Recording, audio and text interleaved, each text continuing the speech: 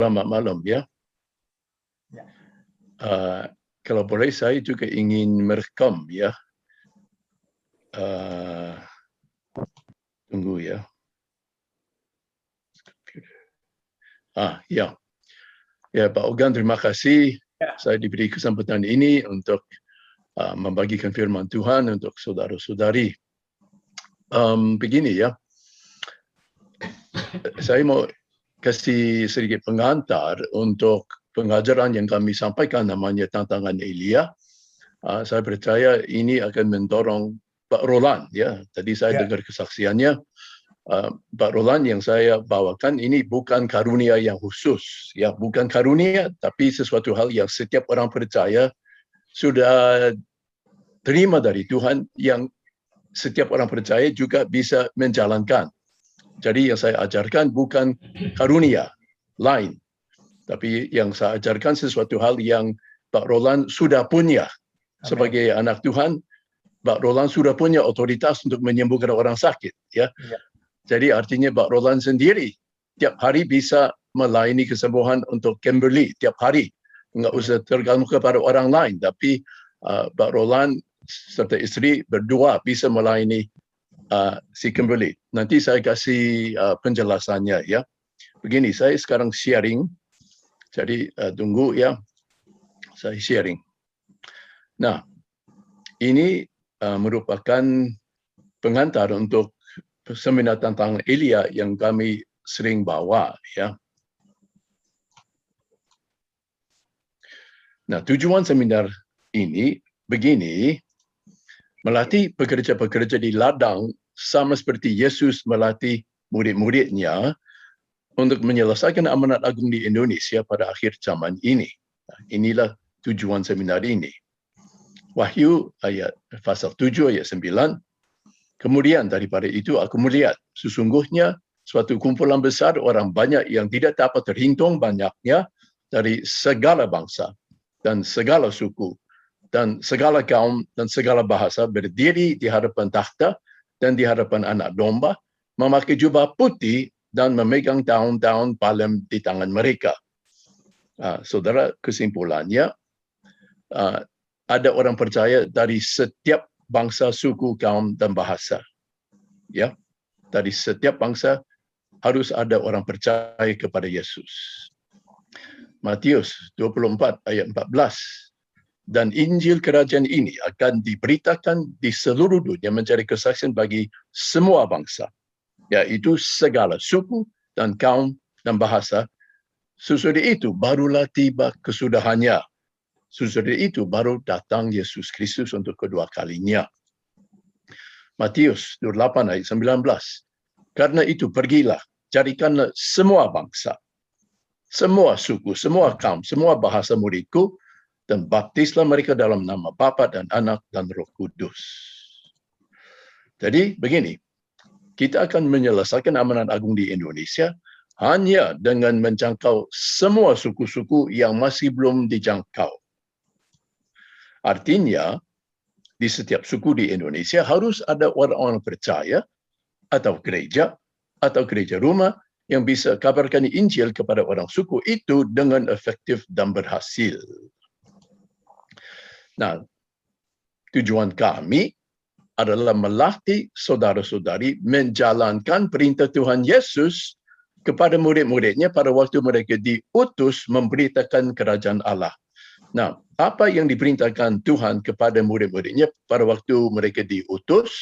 Begini, Lukas 10 ayat 9, sembuhkanlah orang-orang yang ada di situ dan katakanlah kepada mereka, kerajaan Allah sudah dekat padamu. Nah, saudara perhatikanlah, Yesus tidak perintahkan mereka mendoakan orang sakit. Tidak. Mereka diperintahkan supaya menyembuhkan orang-orang pada waktu mereka memberitakan kerajaan Allah. Nah, ini yang diperintahkan kepada ke-72 murid.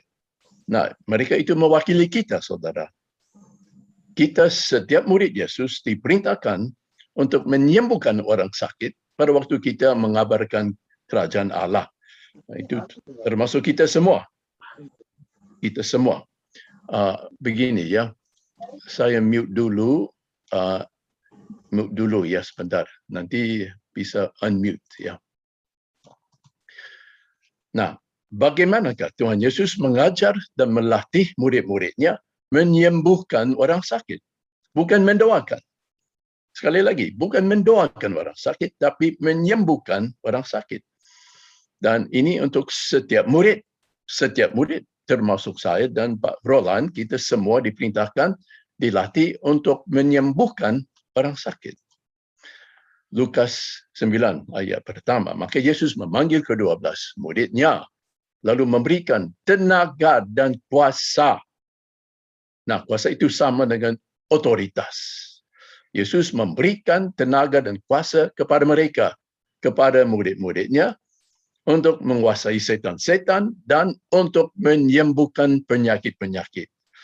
Jadi di sini Yesus memanggil ke-12 muridnya, kepada mereka diberi kuasa untuk menyembuhkan orang sakit. Bukan mendoakan orang sakit, menyembuhkan orang sakit dengan menjalankan otoritas itu.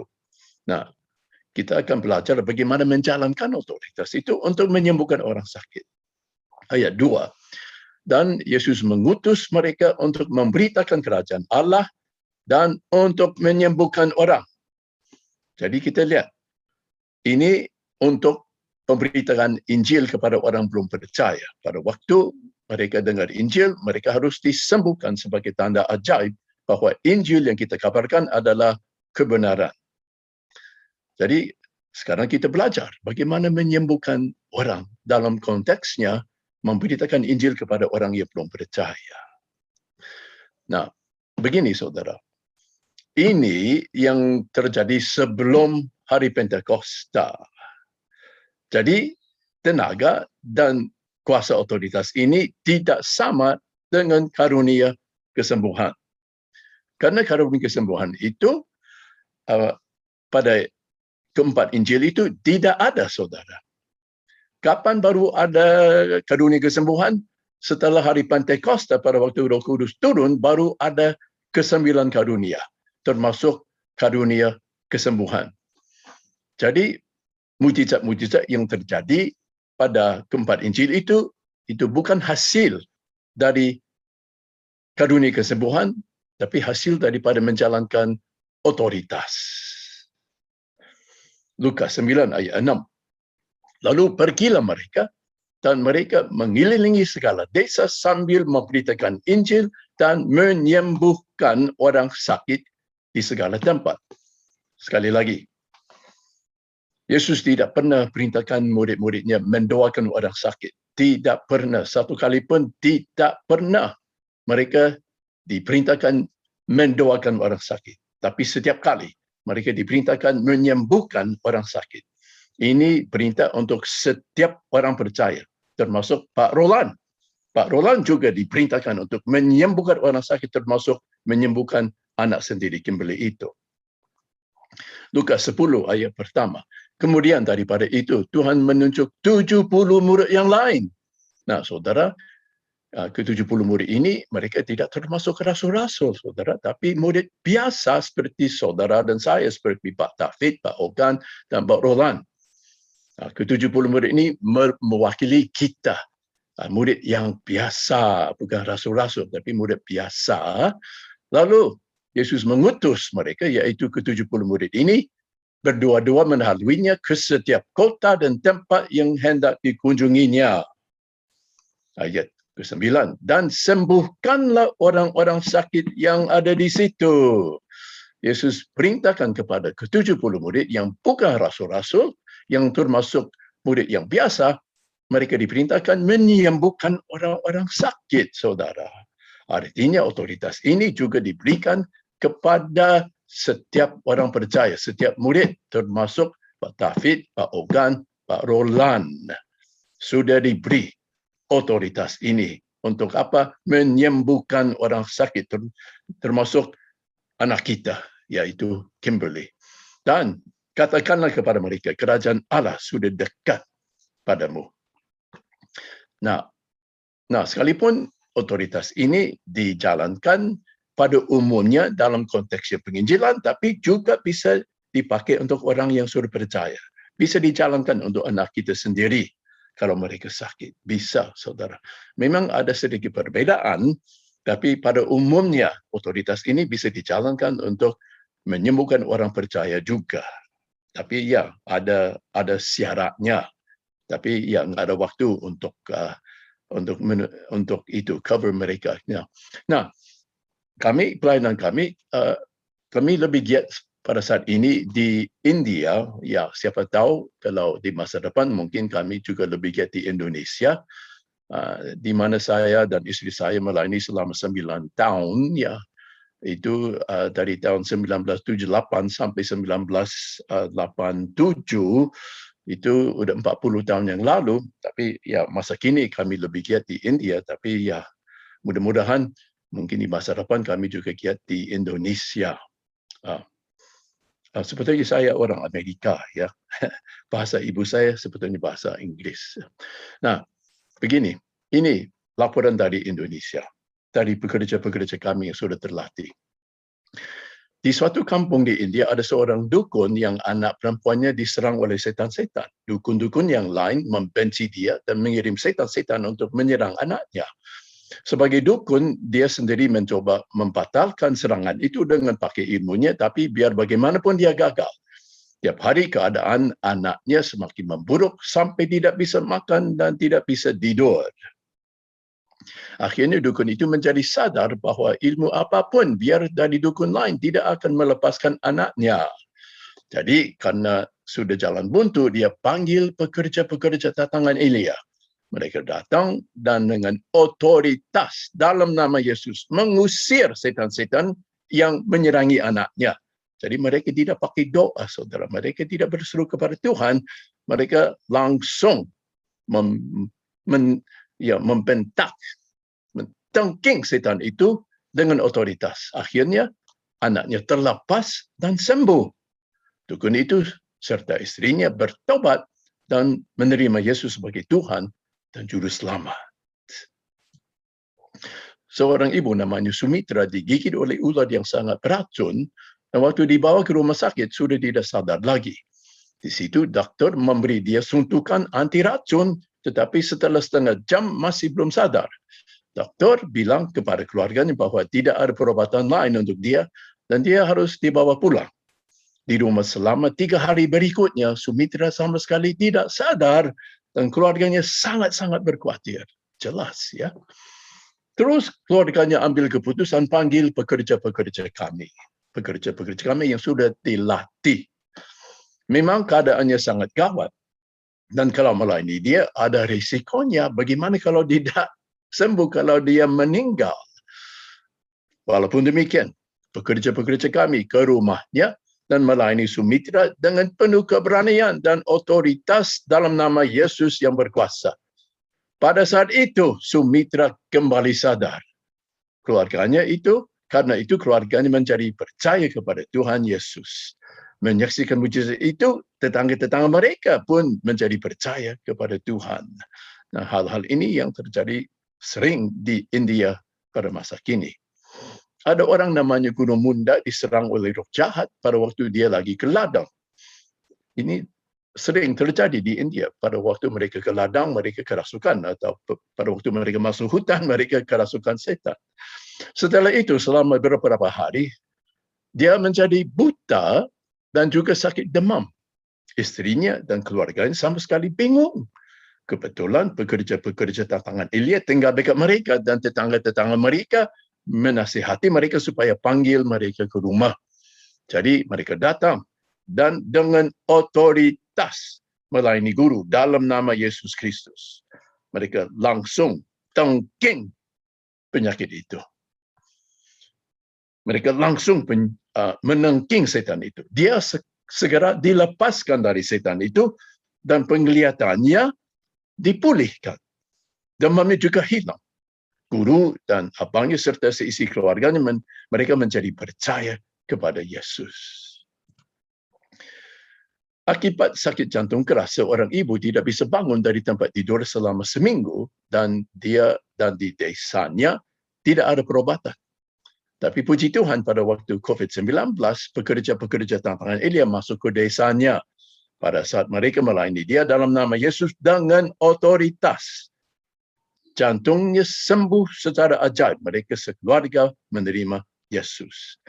Jadi sekali lagi, pekerja-pekerja kami tidak pakai doa, tidak berdoa kepada Tuhan, tapi dengan otoritas yang diberikan olehnya, mereka keluar perintah kepada sakit atau setan-setan, dan karena penyakit dan setan-setan itu adalah bawahannya, mereka mau nggak mau harus tunduk, mereka pergi, mereka keluar, terjadi mujizat.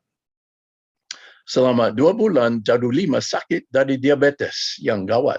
Pada suatu hari, keadaannya berbahaya sekali kerana kadar gula di darahnya tinggi sekali. Sebelum berangkat ke rumah sakit, keluarganya panggil pekerja kami yang cepat-cepat pergi ke rumahnya. Pada waktu dia melayani Jadu dalam nama Yesus dengan otoritas, iaitu keluar perintah kepada penyakit diabetes, dia dijamah oleh Tuhan dan dia bisa merasakan keajaiban terjadi dalam tubuhnya. Setelah beberapa hari, kadar gula darahnya kembali normal. Seisi keluarganya percaya dan menerima Tuhan Yesus. Jadi mujizat ini terjadi selama beberapa hari, saudara. Tidak langsung. Jadi begini, sejak tahun 2018, ada ribu-ribuan kesaksian seperti tadi. Ini di India, lewat pekerja-pekerja kami. Di situs kami, www.theelijahchallenge.org, ada lebih dari 600 kesaksian seperti tadi. Sejak permulaan tahun 2018, sudah ada lebih dari 1,000 gereja rumah yang baru yang ditanam di India. Di Indonesia, kalian yang sudah terlatih akan menghasilkan buah yang sama. Sebetulnya harus menghasilkan buah yang sama. Amin, saudara-saudari. Itulah tujuan seminar ini. Nah, laporan dari Indonesia. Okay. Pada tahun 2003, saya dan isteri saya ada di daerah Pangalengan di Jawa Barat. Kami mengadakan seminar tantangan Elia. Ada beberapa hamba-hamba Tuhan yang hadir. Nah, dalam jangka waktu 18 ini, setelah mereka dilatih, ada 6,000 orang Sunda di Jawa Barat menerima Isa lewat hamba Tuhan yang kami latih itu. Namanya Pak Elias. Nah, saudara tahu kalau orang Sunda paling keras terhadap Injil, paling susah diinjili kalau orang Sunda. Tapi begitu mereka menyaksikan mujizat, haleluya, mereka terima Isa bukan hanya sebagai nabi saja, tapi sebagai Mesias, saudara. Nah, menurut hamba Tuhan yang kami latih, itu namanya Pak Elias, ujung tombak yang dipakai untuk menghasilkan buah begitu banyak adalah otoritas menguasai sakit penyakit dan setan-setan. Orang mati pun telah dibangkitkan. Setelah menjalankan mujizat, dia memakai kontekstualisasi dalam penginjilan. Iaitu saya kasih keterangan. Apa itu kontekstualisasi? Begini, kita tidak suruh mereka pindah agama, masuk agama Kristen menjadi orang Kristen. Tidak. Belum tentu kita diselamatkan dengan masuk agama Kristen. Betul nggak, saudara? Di Indonesia, begitu banyak orang yang mengaku Kristen, tapi kebanyakannya percaya belum selamat. Mereka hanya Kristen KTP saja. Kita tidak suruh mereka datang ke gereja. Kalau orang Muslim bertobat percaya kepada Yesus, kami tidak suruh mereka datang ke gereja. Nanti gereja bisa dibakar. Sebaliknya, kita memuridkan mereka di tempat yang tidak disebut gereja. Setelah itu, mereka diutus kembali kepada masyarakat mereka sendiri sebagai saksi Isa Al-Masih. Itu kontekstualisasi, saudara. Itu cara kita menginjili saudara sepupu kami di Indonesia. Di website kami ada pengajaran bagaimana menjangkau saudara sepupu kita. Nah, Yohanes 14 ayat 6. Kata Yesus kepadanya, "Akulah jalan dan kebenaran dan hidup. Tidak ada seorang pun yang datang kepada Bapa kalau tidak melalui aku." Nah, itulah Injil, saudara-saudariku. Terus ayat 11, percayalah kepadaku bahawa aku di dalam Bapa dan Bapa di dalam aku. Atau setidak-tidaknya percayalah karena pekerjaan-pekerjaan itu sendiri yang dimasukkan Tuhan adalah mujizat-mujizat yang dilakukan yang belum pernah mereka saksikan. Mujizat-mujizat yang dijalankannya adalah buktinya bahawa dialah Mesias, satu-satunya jalan kepada Bapa kami yang di surga. Terus ayat yang berikutnya, ayat 12.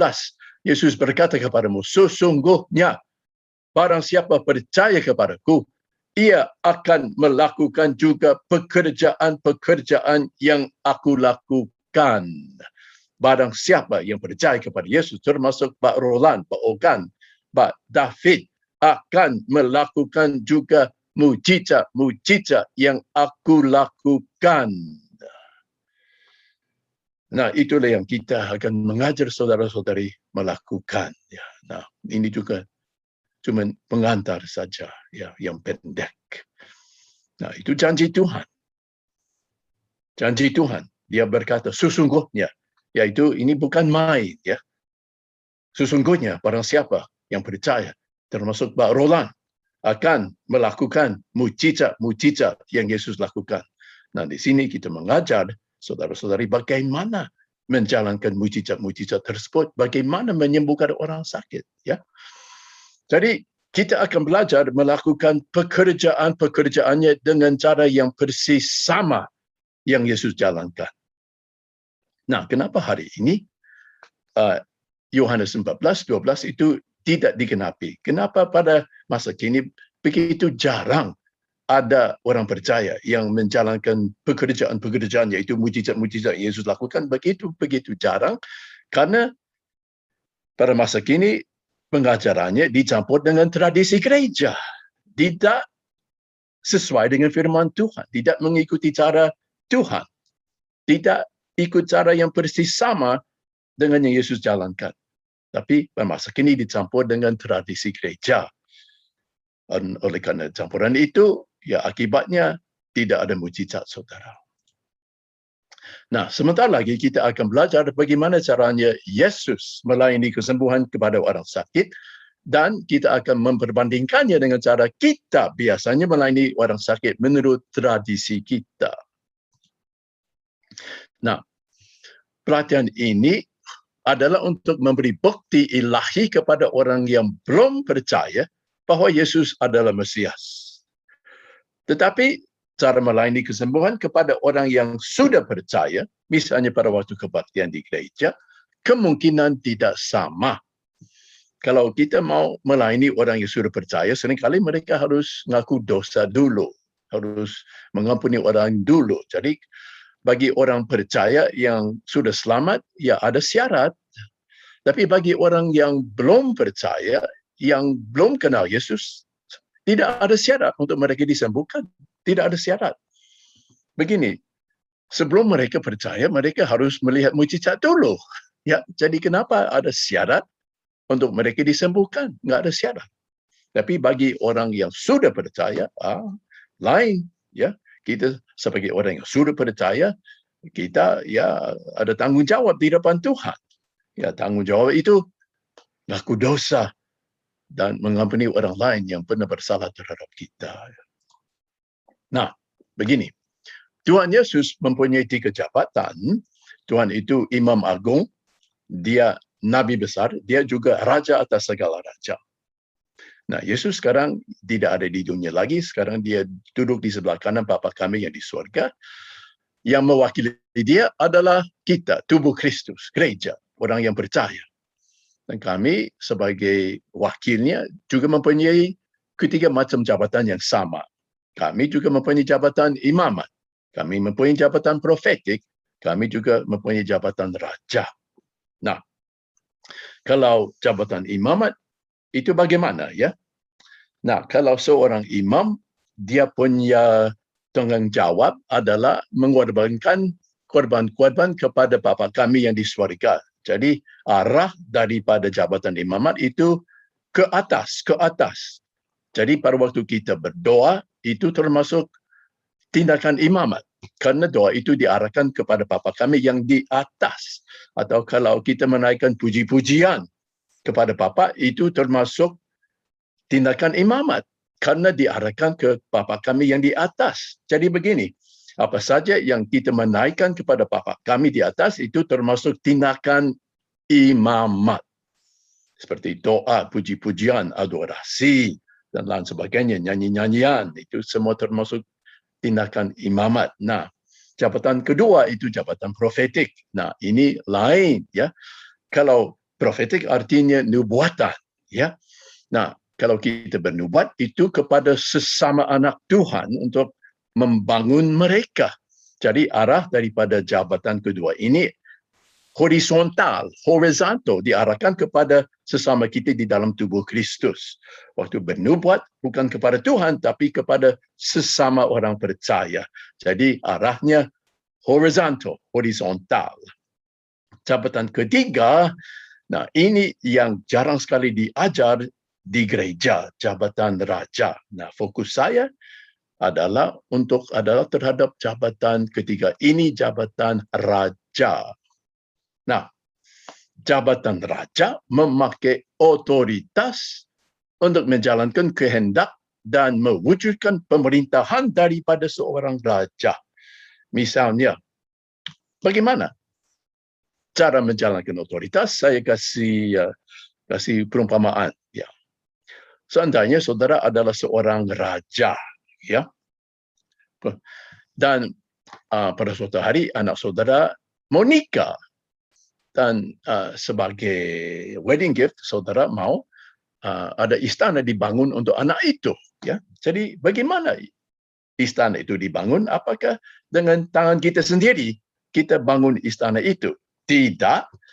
Kalau kita raja, kita punya banyak bawahan. Jadi kita keluar perintah kepada bawahan kita, perintahkan mereka membangun istana untuk anak kita yang akan nikah itu. Ya. Jadi seorang raja mengeluarkan perintah kepada bawahannya untuk menjalankan kehendaknya. Jadi itu jelas, ya. Kalau jabatan ketiga ini, jabatan raja, memakai otoritas untuk menjalankan kehendaknya, mewujudkan kehendaknya pemerintahannya, pakai keluar perintah, menjalankan otoritas. Itu ciri-ciri daripada jabatan yang ketiga ini, iaitu jabatan raja. Nah, mari kita dahulu lihat bagaimana murid-murid Yesus melayani orang sakit pada masa kini. Biasanya, kalau orang percaya melayani orang sakit, bagaimana? Ya, nanti kita akan lihat bagaimana Yesus melayani orang sakit. Nah, sekarang bagaimana orang percaya yang biasa melayani orang sakit? Bagaimana? Begini, ya. Kita pakai doa, kita berdoa kepada Tuhan, minta Tuhan menyembuhkan orang sakit, dan setelah itu hasilnya terserah kepada Dia. Nah, ini namanya tindakan imamat kepada Tuhan yang di atas. Karena doa ini diarahkan kepada Tuhan, dan setelah itu kita nggak buat apa-apa. Kita hanya menunggu kehendak Tuhan yang terjadi. Jadi ini tindakan imamat. Doa dinaikkan kepada Tuhan. Setelah itu kita enggak berbuat apa-apa lagi. Cuma tunggu kehendak Tuhan yang terjadi. Ya. Ada juga pada waktu melayani orang sakit, mereka bilang, haleluya, terima kasih Tuhan Yesus. Ini tindakan imamat. Karena pada waktu kita berkata haleluya, itu diarahkan kepada Tuhan Yesus yang di atas. Tindakan imamat. Kalau haleluya, terima kasih Tuhan. Ada juga pada waktu melayani orang sakit, ada juga yang bernubuat. Mereka berkata kepada orang sakit itu, aku memproklamirkan kesembuhan bagimu. Tindakan profetik diarahkan kepada orang sakit. Kalau orang karismatik, sering berdoa dalam bahasa roh. Pada waktu melayani orang sakit, mereka berbahasa roh. Nah, kalau bahasa lidah itu termasuk tindakan imamat, saudara, karena bahasa roh itu diarahkan ke Bapa kami yang ada di surga di atas. Dan ada juga yang begini, pada waktu melayani orang sakit, mereka berkata, Bapa, dalam nama Yesus, saya tangking penyakit ini, jadilah engkau sembuh. Nah, ini merupakan campuran tindakan imamat dan setelah itu tindakan raja. Karena begini, pada waktu kita sebut nama Bapa, itu sudah tindakan imamat karena Bapa ada di atas. Jadi waktu kita berkata Bapa, itu diarahkan ke atas. Itu namanya tindakan imamat. Dan setelah itu kita berkata, dalam nama Yesus, aku tangking penyakit ini, jadilah engkau sembuh. Wah, itu lain. Itu diarahkan ke bawah. Kita keluar perintah. Kita keluar perintah kepada penyakit. Kita keluar perintah, jadilah engkau sembuh. Dan pada waktu keluar perintah, itu jelas tindakan raja. Pada waktu keluar perintah, itu merupakan tindakan raja. Betul enggak? Ya, betul. Saya harap itu jelas. Misalnya, kita piara anjing di rumah. Ya, anjing itu bawahan kita. Kami bos. Kami mau supaya anjing kita duduk. Jadi pakai apa? Pakai tindakan imamat, pakai tindakan profetik, atau tindakan raja. Pasti pakai perintah, pasti pakai tindakan raja. Kita keluar perintah kepada anjing kita, duduk. Amin. Demikian juga terhadap sakit penyakit dan setan-setan bagi orang yang percaya. Mereka itu bawahan kita. Kami punya otoritas menguasai mereka. Terus Yohanes 14 ayat 12, aku berkata kepadamu, sesungguhnya barang siapa percaya kepadaku, ia akan melakukan juga pekerjaan-pekerjaan yang aku lakukan. Nah, jadi sekarang kita mempelajari bagaimana Yesus menyembuhkan orang sakit untuk memberi bukti dialah Mesias dan juru selamat dunia. Mari ya. Setelah itu, kita akan memperbandingkannya dengan cara kita biasanya melayani orang sakit. Dan nanti kita akan lihat ada perbedaan besar di antara cara kita melayani orang sakit dengan cara Yesus melayani orang sakit. Nah, Lukas 4 ayat 31, kemudian Yesus pergi ke Kapernaum, sebuah kota di Galilea, lalu mengajar di situ pada hari-hari Sabat. Mereka takjub mendengar pengajarannya sebab perkataannya penuh kuasa, iaitu otoritas. Jadi begini, waktu mereka mendengar pengajarannya, mereka takjub. Kenapa? Karena pengajarannya, perkataannya bukan terdiri cuma dengan kata-kata saja, tapi ditampangi oleh otoritas, oleh kuasa, iaitu oleh mujizat.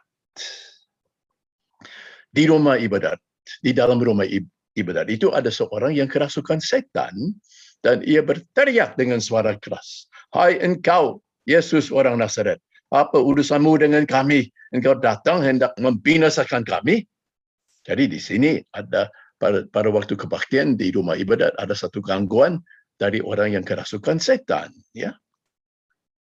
Nah, kira-kira bagaimana reaksinya orang percaya yang biasa? Umpamanya saudara ke gereja hari Minggu dan pada waktu Pak Pendeta lagi bawa firman Tuhan, ada orang yang duduk pas di sebelah saudara, orang baru, dia mulai kerasukan. Bangun berdiri, teriak-teriak. Busa itu keluar dari mulutnya. Nah, bagaimana reaksi orang percaya yang biasa, saudara? Biasanya ada yang lari ketakutan. Ini namanya tindakan pengecut, saudara. Saya percaya tidak begitu menyenangi hati Tuhan kalau orang percaya lari ketakutan dari setan. Nah, ada orang percaya yang berdoa, berseru kepada Tuhan. Oh Tuhan, tolonglah orang ini kerasukan setan, tolonglah Tuhan. Nah, itu tindakan imamat. Karena doa yang diarahkan kepada Tuhan yang di atas. Tindakan imamat. Kalau orang karismatik, kemungkinan berdoa dalam bahasa lidah.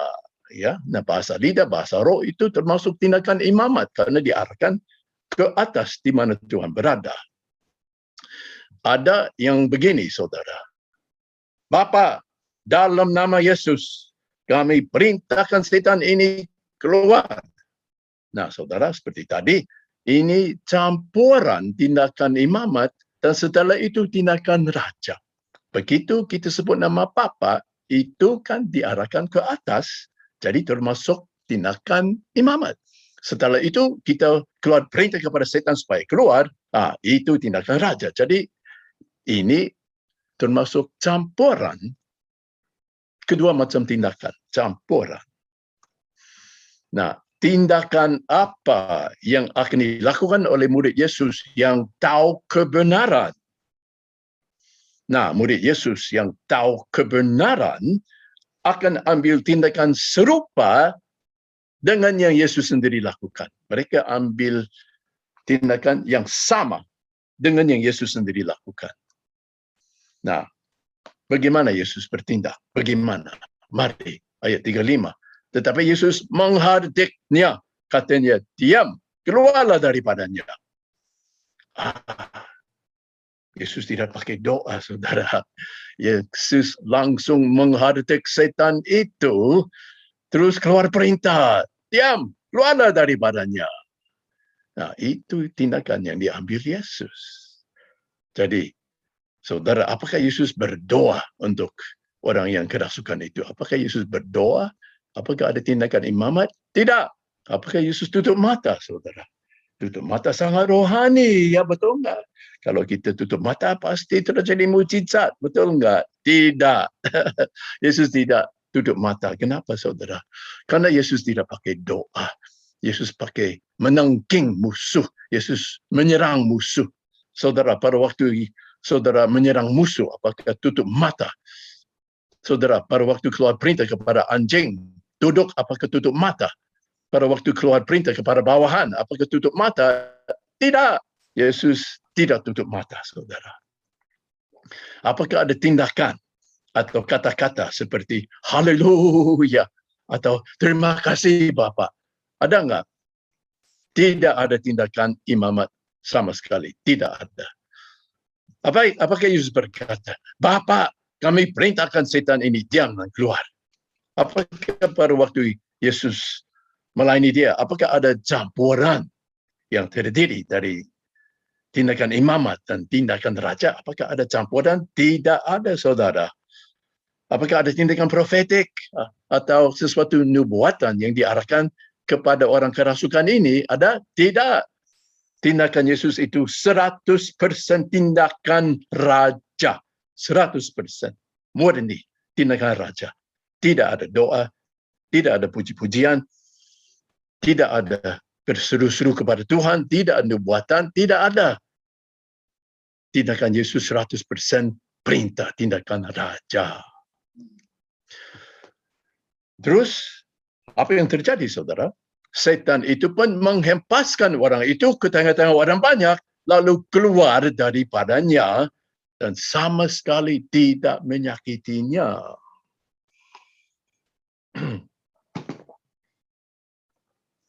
Nah, saudara, bagaimana Yesus melakukan mujizat ini? Dia melakukan mujizat ini dengan menjalankan otoritas yang diberikan kepadanya oleh Bapanya. Otoritas dalam bahasa Yunani, eksusia, tidak dijalankan dengan berdoa kepada Tuhan atau dengan bernubuat, tetapi dengan mengeluarkan perintah, yaitu tindakan raja. Nah, lihat reaksinya daripada orang yang menyaksikan mujizat ini. Dan semua orang takjub. Lalu berkata seorang kepada yang lain, katanya, alangkah hebatnya perkataan ini.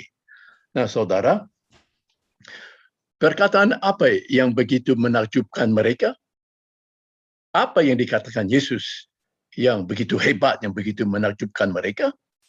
Perkataannya adalah, diam, keluarlah daripadanya. Nah, saudara, kenapa kata-kata itu, perkataan itu begitu menakjubkan mereka? Kenapa, saudara? Begini, perkataan itu Karena bukan doa, mereka ditakjubkan. Pada waktu itu, sebelum Yesus datang, kalau ada orang sakit atau kerasukan, mereka hanya bisa berdoa kepada Allah, kepada Bapa mereka di surga. Karena hanya Bapa kami di surga punya otoritas usir setan-setan. Mereka waktu itu belum ada otoritas. Jadi, paling-paling doa saja, panggil nama Bapa supaya selamatkan orang yang kerasukan itu. Tapi orang ini, Yesus, tidak pakai doa. Dia pakai perintah. Jadi, orang ini punya wibawa, punya otoritas seperti Allah sendiri.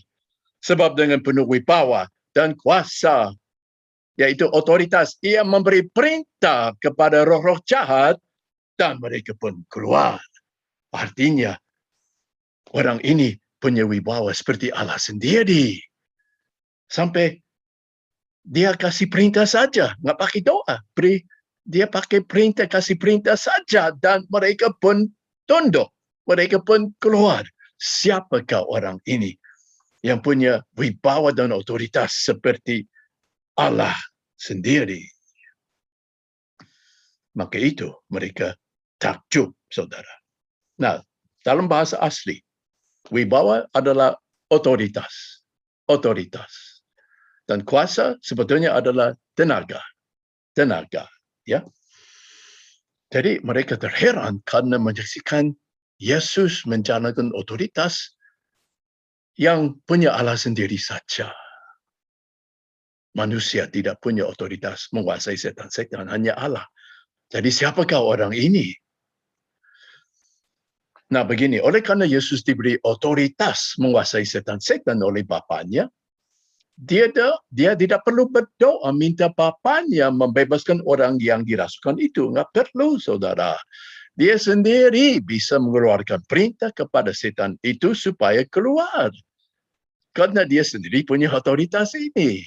Misalnya, saudara piara anjing, saudara bos, anjing itu bawahan, pada suatu hari, anjing saudara lagi berdiri pas di depan saudara, saudara mau dia duduk. Jadi bagaimana? Apakah saudara pakai doa? Oh, Bapa kami di surga, tolonglah, aku mau supaya anjing saya duduk. Oh, Bapa, keluar perintah saja dari takhtamu di surga. Keluar perintah kepada anjing saya supaya dia duduk. Tolonglah, Bapa. Haleluya, terima kasih Tuhan. Apakah begitu, saudara, kalau kita mau anjing kita duduk? Tentu saja tidak. Bagaimana kalau kita mau anjing kita duduk, kita keluar perintah langsung dengan mata terbuka. Duduk. Dan anjing kita pun harus duduk. Sama dengan Yesus pada waktu melayani orang sakit atau orang kerasukan. Dia sendiri bisa keluarkan perintah. Karena kenapa sudah diberi otoritas oleh Bapanya menguasai setan-setan dan sakit penyakit.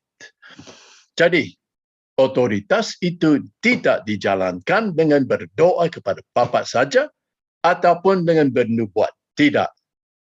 Melainkan otoritas itu dijalankan dengan mengeluarkan perintah kepada yang di bawah otoritas kita, yaitu tindakan raja. Nah begini, bukan Yesus tidak pernah berdoa, memang dia sering berdoa, tapi ada saat yang tertentu di mana dia tidak berdoa, melainkan mengeluarkan perintah. Nah, kita akan belajar membedakan kapan kita seharusnya berdoa dan kapan seharusnya kita mengeluarkan perintah. Nah, begini saudara, di mana saudara punya otoritas, saudara pakai keluar perintah. Di mana kita tidak punya otoritas, ya kita harus berdoa kepada Bapa yang punya segala otoritas. Tapi ternyata setan-setan dan sakit penyakit ada di bawah otoritas kita. Jadi bagaimana melayani orang sakit? Bukan pakai doa, tapi pakai keluar perintah, menjalankan otoritas. Dengan demikian, kita akan melakukan pekerjaan-pekerjaan yang Tuhan Yesus lakukan. Haleluya. Tuhan Yesus telah menerima otoritas Allah untuk menguasai setan-setan. Otoritas ini dijalankannya dengan mengeluarkan perintah. Sebenarnya, lebih baik kita belajar menjalankan otoritas yang Tuhan berikan kepada kita daripada selalu mementingkan urapan ataupun karunia kesembuhan. Ya. Lebih bermanfaat dan lebih akatabiah jika kita belajar memakai otoritas daripada selalu tergantung kepada urapan saja. Sebenarnya, Tuhan Yesus tidak pernah menjanjikan kepada kita urapan roh untuk melayani orang lain. Tidak pernah, saudara. Akan tetapi dia berjanji memberikan kita kuasa untuk menjadi saksinya. Ini sesuai dengan Kisah Rasul-Rasul 1 ayat 8. Tetapi kamu akan menerima kuasa, bukan urapan, kuasa. Yaitu kekuatan kalau Roh Kudus turun ke atas kamu dan kamu akan menjadi saksiku di Yerusalem dan di seluruh Yudea dan Samaria sampai ke ujung bumi. Maka karena ayat ini, 43 tahun yang lalu, saya dan istri saya, kami meninggalkan Amerika, meninggalkan impian Amerika, pergi ke Indonesia, sampai ke Kalimantan Barat, sampai ke ujung bumi untuk memberitakan Injil kepada orang yang belum pernah dengar Injil. Kami masuk pedalaman, di mana banyak dukun, banyak kuasa kegelapan, banyak orang kesetanan, banyak orang sakit di situ. Kami kabarkan Injil. Tapi sebelum kabarkan Injil, banyak mujizat terjadi. Orang sakit disembuhkan, orang kerasukan dilepaskan. Dan oleh kerana begitu banyak kesaksian, begitu banyak mujizat yang terjadi pada waktu kami di Indonesia itu, banyak orang menjadi percaya kepada Yesus. Sampai hari ini, mereka berhasil. Hasil itu jalan terus sampai hari ini. Ya. Nah, ya sebentar ya, tunggu. Nah, Lukas 4 ayat 39. Dan tersebarlah berita tentang dia ke mana-mana di daerah itu. Dia jadi terkenal. Kenapa? Karena mujizat. Di mana ada mujizat, wah, kabarnya tersebar ke mana-mana, saudara. Seperti di India sekarang. Nah, bagaimana caranya Yesus melayani orang yang sakit secara jasmani saja, di mana ya tidak ada setan? Bagaimana? Mari. Kami telah diajarkan bahawa orang percaya diberi otoritas untuk mengusir setan-setan. Jelas. Akan tetapi, kalau ada orang yang sakit secara jasmani saja, seperti anaknya Pak Roland, ya, sakit secara jasmani saja, saya percaya anak itu tidak kerasukan setan, cuma sakit secara jasmani saja. Oh, kami hanya bisa berdoa dan minta kepada Tuhan menyembuhkan orang itu. Nah, itu tradisi gereja kita, saudara. Benar enggak tradisi itu? Mari. Jadi, kalau di gereja masa kini, kalau ada orang sakit secara jasmani saja, kami pakai doa saja. Pakai doa saja, sembuh enggak sembuh, urusan Tuhan. Ya, itu tradisi kita. Kalau bagi orang sakit, ya pokoknya kita doa saja, sembuh enggak sembuh, urusan Tuhan, saya enggak tahu. Nah, marilah kita lihat bagaimana Yesus melayani orang yang sakit secara jasmani saja. Dan saudara, kita harus melayani mereka dengan cara yang sama. Ayat 38, kemudian ia meninggalkan rumah ibadat itu dan pergi ke rumah Simon. Adapun ibu mertua Simon demam keras dan mereka meminta kepada Yesus supaya menolong dia. Maka ia berdiri di sisi perempuan itu lalu menghardik demam itu. Apakah Yesus mendoakan perempuan ini yang sakit? Pakai doa? Tidak, saudara. Yesus keluar perintah kepada demam itu. Dan penyakit itu pun meninggalkan dia. Demam itu meninggalkan dia. Bukan hasil dari doa, tapi dari Yesus keluar perintah menghardik demam itu. Jadi apakah Yesus berdoa saja, hasilnya diserahkan kepada Tuhan, sembuh enggak sembuh urusan Tuhan? Tidak. Apakah Yesus berkata, aku memproklamirkan kesembuhan bagimu? Apakah Yesus telah nubuatan kepada ibu mertua Petrus? Itu tidak. Apakah ada tindakan imamat kepada Bapa? Apakah ada doa, ada puji-pujian, ada adorasi, nyanyi-nyanyian? Tidak ada, saudara. Apakah Yesus berkata, Bapa kami tengking demam? Ini tidak, Yesus tidak sebut nama Bapa dulu. Tindakannya 100% raja. Diarahkan kepada demam, langsung kepada demam, langsung kepada musuh, langsung kepada penyakit, langsung kepada setan. Jadi Pak Roland dengar dengan baik-baik ya. Nanti Bapak melayani Kimberly, keluar perintah langsung kepada penyakit itu. Dan jangan hanya satu kali saja, tiap hari Kimberly dilayani, tiap hari. Dalam nama Yesus, aku tangking penyakit ini dalam nama Yesus. Engkau sembuh, sembuh, sembuh tiap hari, berkali-kali tiap hari. Nanti Pak Roland pasti akan lihat kemajuan dalam keadaannya, pasti. Tapi harus tekun. Jangan hanya satu kali, tapi sering, tiap hari, enggak tahu berapa hari, tapi terus saja sampai mulai ada perubahan. Apakah Yesus memakai karunia kesembuhan di sini? Karena kan dia menyembuhkan orang yang sakit jasmani, jadi mungkin ini karunia kesembuhan. Betul tidak? Tidak. Begini. Tuhan Yesus menghardik demam itu sama seperti dia menghardik setan yang di rumah ibadat tadi. Itu dengan apa? Dengan wibawa, yaitu otoritas. Ingat, tadi Lukas 4:39 ini yang terjadi di rumah ibadat. Tapi Yesus menghardiknya, yaitu setan itu katanya diam, keluarlah daripadanya. Dan semua orang takjub katanya alangkah hebatnya perkataan ini. Sebab dengan penuh wibawa, yaitu otoritas dan kuasa, ia memberi perintah kepada roh-roh jahat dan mereka pun keluar. Jadi di sini Yesus pakai yang sama untuk menyembuhkan ibu mertua Petrus. Dia pakai menghardik, pakai cara yang sama, yaitu pakai otoritas. Bukan karunia, pakai otoritas. Keluar perintah menghardik demam itu. Wibawa sama dengan otoritas. Jadi di ayat ini Tuhan tidak menjalankan karunia kesembuhan. Tidak.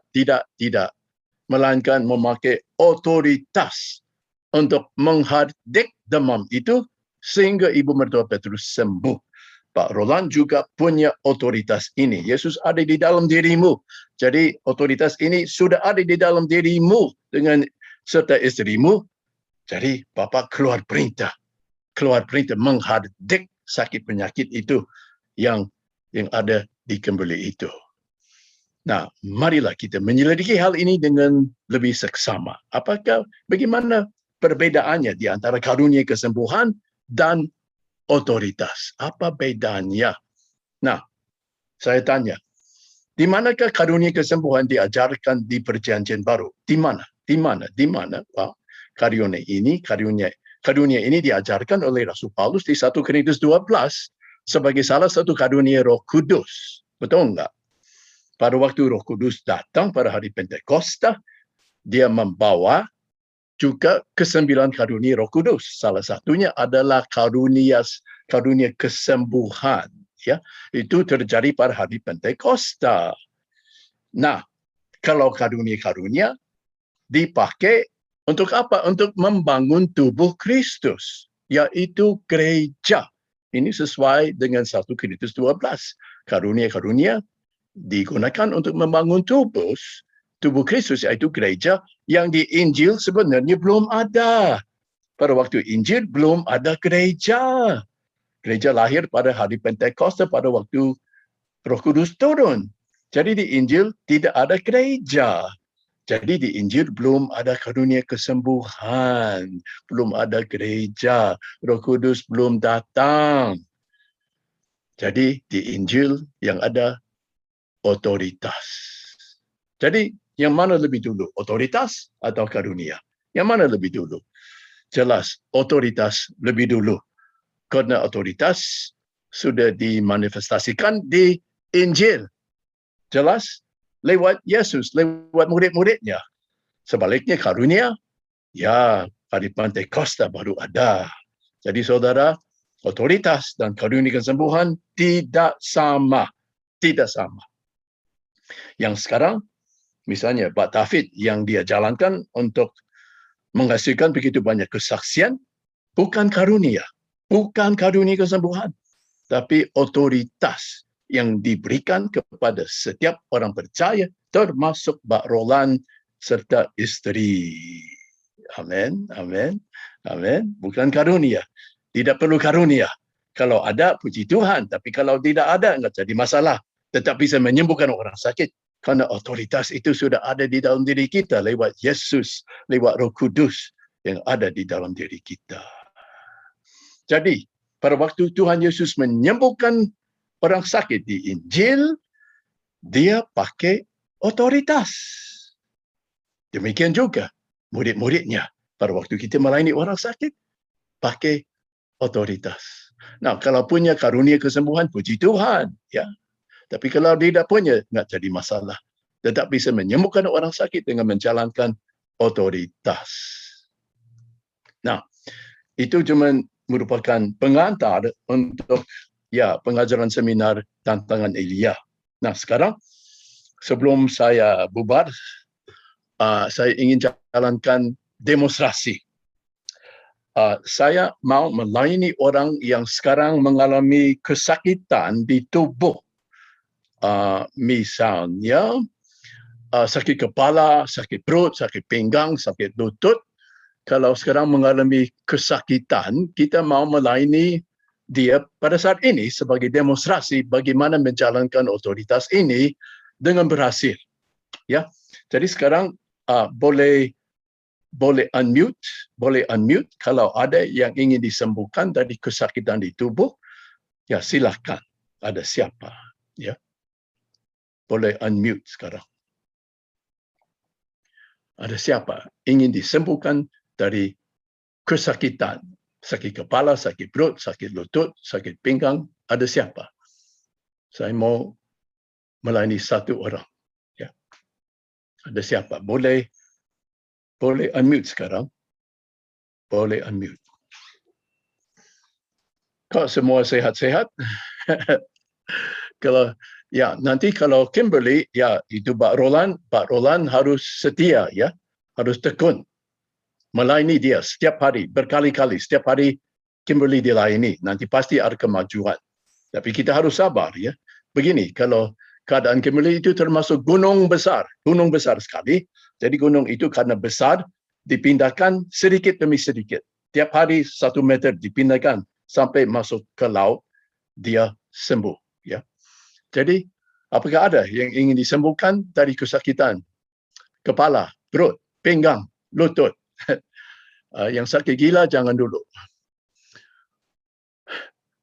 Tidak ada, ya. Ya, kalau tidak ada, saya lapar, harus makan pagi. Jadi saya mempersilakan saya pergi aja, ya. Amin.